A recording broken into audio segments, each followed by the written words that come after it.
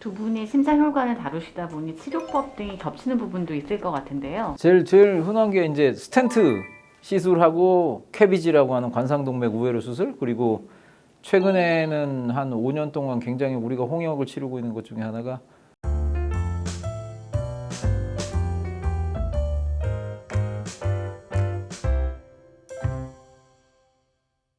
심장에 피를 짜면 그 피가 대동맥을 통해서 나가는데 대동맥 시작 부위에 문짝이 달려 있어요. 그 대동맥 판막이라고 하거든요. 그 심장에 피를 짜면 대동맥 판막이 활짝 열려서 피가 온몸으로 가고, 그리고 심장이 이완하는 동안 이게 딱 닫혀가지고 피가 역류하지 않게 해주는 판막이 있는데, 그 판막이 열리지가 않게 되는 대동맥 판막 협착이라는 병이 있어요. 그게 이제 예전에는 다 전신마취 걸고 가슴 열고 심장 세우고 대동맥을 열어서 망가진 판막을 다 긁어내고 새 판막을 넣어주는 수술적 판막 치환술이었는데, 최근에 이제 허벅지를 통해서 들어가가지고 이 판막을 기구 안에 이렇게 오므라뜨려 가지고요, 그거를 판막을 쫙 벌려서 넓혀주는 치료가 있거든요. 타비라고 하는데, 그게 어떤 치료를 쓸 것인가에 대해서 되게 지금 막 시끌시끌했죠.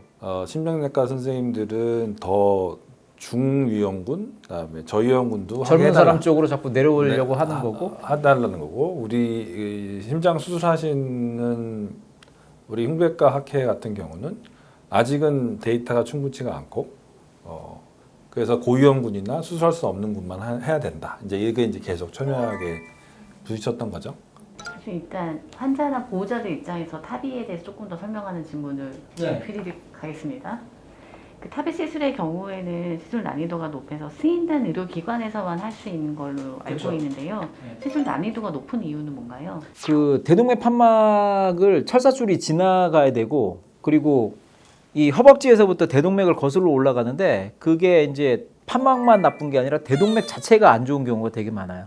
그리고 우리가 얘기하는 시술 기구가 굉장히 굵습니다. 굵어가지고 들어가다가 대동맥이나 장골동맥 같은 데 손상을 주는 경우도 있고, 연세가 많다 보니까 사실은 그게 타비에도 고위험인 거예요. 환자분 자체가.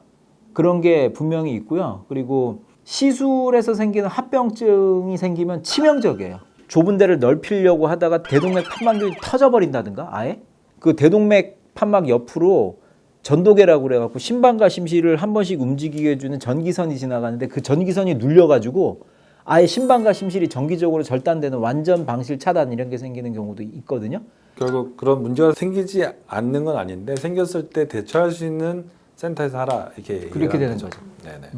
그만큼 경험이 많고 전문 인력이 있고 기존외과, 흉부외과 전문의가 양쪽 다 다 있는 경험이 많은 네. 센터에서 하라고 하는. 그러니까 지금은 심혈관 조형 촬영기를 갖고 심혈관 중재술을 하는 병원이 우리나라에 168개, 9개 정도 돼요.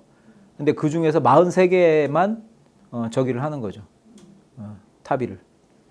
타비 시술을 고려할 때 환자들이 병원 선택할 때 고려해야 될 기준 같은 게 있을까요? 43개의 기관 중에서 타비 전체의 50% 이상을 하는 병원이 5개에서 다 하고 있어요.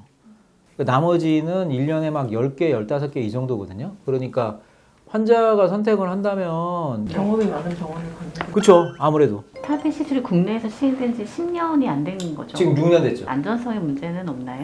뭐 워낙 손기술이 좋다고 해서 기존에 있는 관상동맥 스텐트에 대한 가이드라인도 우리나라 선생님들이 많이 바꿨거든요. 우리나라에서 개발된 장비나 그런 재료는 아니기 때문에 이제 우리가 스스로 그걸 예를 들면 재료를 업그레이드를 할 수는 없지만, 여러 가지 기술들로 이제, 아니면 생겼을 때 대처, 아니면 뭐 어떻게 여러 가지 팁이 있죠. 예를 들면 너무 끝까지 확 안 핀다든지, 사람 또 위험한 환자 뭐 이런 식으로 굉장히 많이 연구를 하고 계시고 발표를 하고 계시죠. 그런 식으로 이제 데이터들이 쌓여가고 있다고 저는 생각을 하고요. 물론 그런 것들을 막기 위한 회사들의 R&D도, 그러니까 리서치도 계속 하고 있죠. 어떤 증상이 있을 때? 증상이 없는 게 문제예요. 근데 이제 초기에는 경하다, 중간 정도다, 심한 정도의 대동맥 판막 협착 환자한테는 증상이 안 생길 수 없다라고 얘기를 하거든요. 그런데 증상은 대표적인 게 호흡곤란, 그리고 흉통, 그리고 실신이에요. 이게 피를 짜내질 못하니까 환자가 조금이라도 맥박이 빨라지거나 그러면 머리로 가는 피가 줄어들어갖고 실신을 하면 환자가 1.5년 내에 50%가 사망합니다. 그렇게 심한 질환이죠. 그리고 호흡곤란하고 저기는 흉통은 또 이게 문제가 뭐냐면은 가만히 있잖아요. 그러면 증상이 되게 적어요. 활동을 조금이라도 하면 숨이 차가지고 견딜 수가 없는 상황이 되는데 활동이 엄청 적으면 모르고 지내는 거죠. 그러니까 그러다가 숨이 차니까 안 움직이는 거 할머니들이. 그러니까 그러니까. 그게 제일 중요한 증상은 이제 흉통, 호흡곤란, 실신.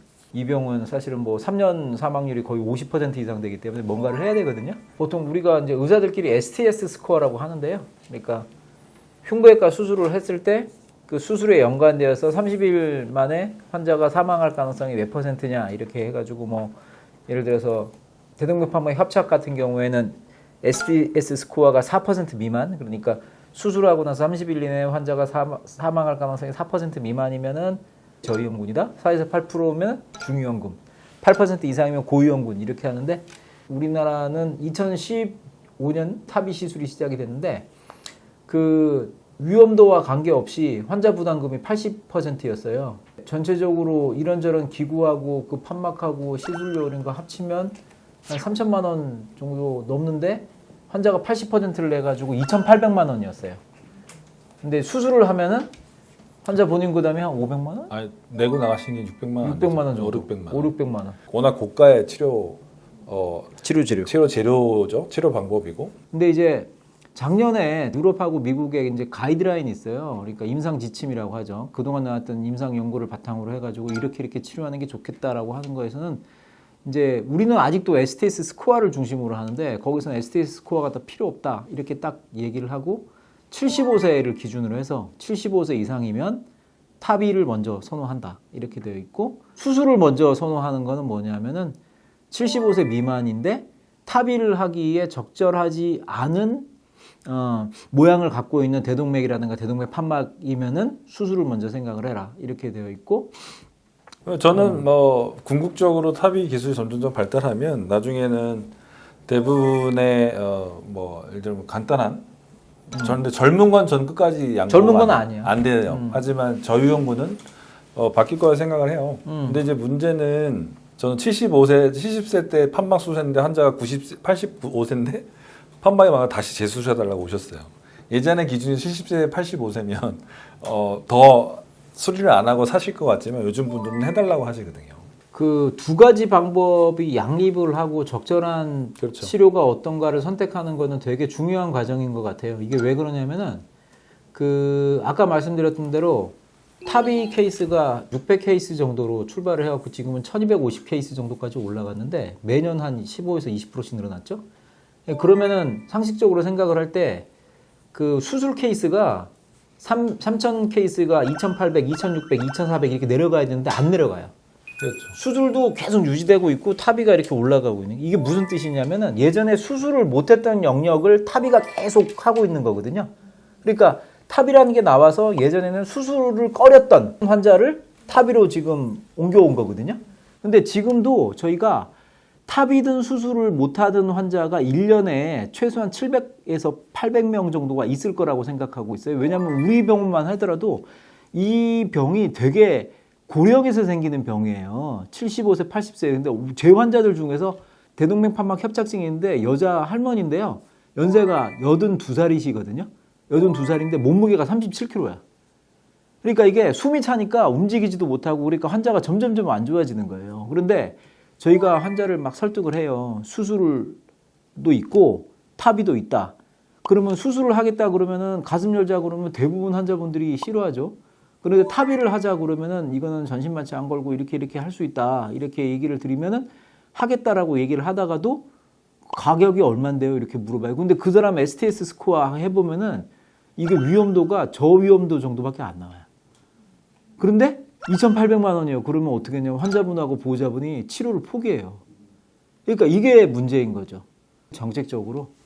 그런 환자분들을 어떻게 하면은 치료를 받게 할 수 있느냐. 그게 이제 정재승 교수나 저같이 보험의를 하고 있는 사람의 고민거리인 거죠. 그다음에 많은 나라의 데이터를 보면 인구수 대비 대동맥 판막 수술이나 시술이 굉장히 적어요.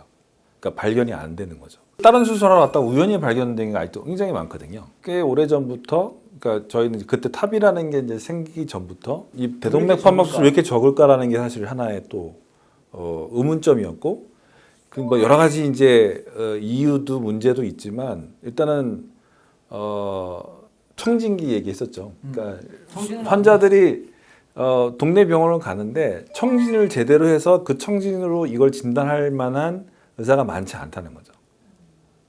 그런 것도 굉장히 우리가 반성을 해야 된다. 뭐 이런 캠페인도 하고 했었어요. 근데 이제 사실 내과 전문의가 아니면 청진을 해서 그걸 판단해서 진단해서 보내기가 쉽지 않거든요. 이비인후과를 갔을 수도 있잖아요. 사실 이비인후과는 그런 트레이닝을 받지 않거든요. 그러니까 우리가 병원은 가긴 가는데 그 환자가 발견이 안 되는 거죠. 그래서 이런 일을 계기로 그런 숨어 있는 환자를 찾아내는 노력도 필요하다. 뭐 이런 얘기도 계속 나오고 있습니다. 일단 보험 급여 기준은 정리가 됐죠. 정리가 됐죠. 그래서 이제 이번 5.1자 고시에는 일단은